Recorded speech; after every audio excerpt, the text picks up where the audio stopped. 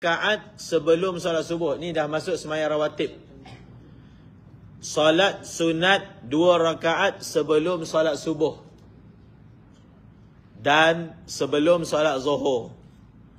Begitu juga 2 rakaat selepas solat zuhur, selepas solat maghrib dan selepas solat isyak. Berapa jumlah dia tu?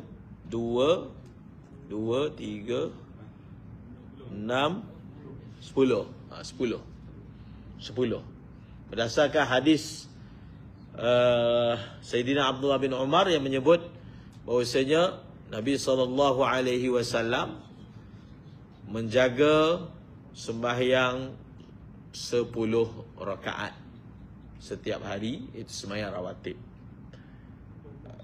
Yang dimaksudkan dengan 10 ni maksudnya muakkad. Kalau kita ditanya apakah sembahyang rawatib yang muakkad, 10 rakaat.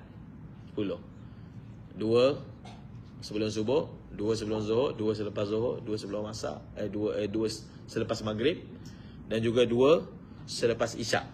Selain daripada itu bukan tak ada, tapi tidak muakkad. Maknanya apa?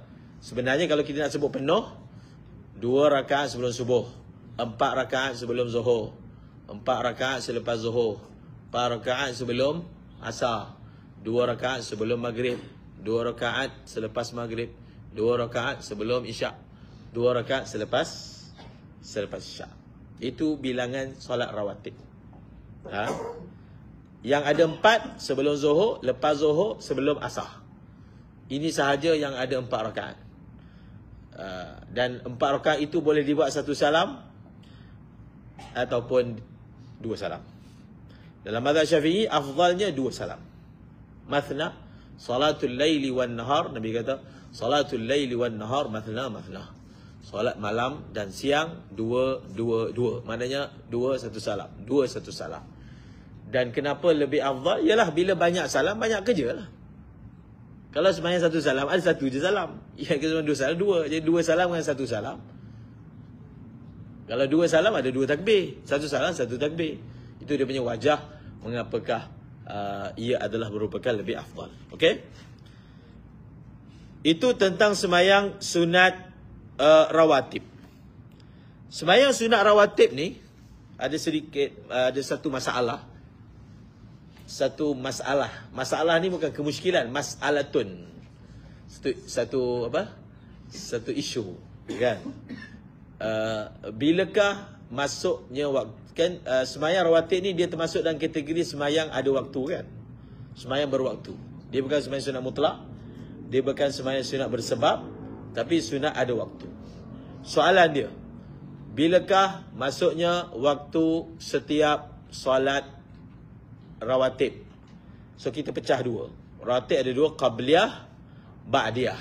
Bilakah masuknya waktu solat qabliyah? Kita kata dengan masuknya waktu solat fardu.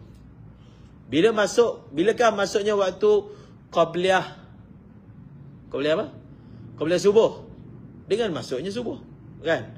Bilakah masuknya waktu qabliyah zuhur? Dengan masuknya zuhur. Itu maksud perkataan dengan masuknya waktu solat fardu, masuklah waktu sembahyang qabliyah.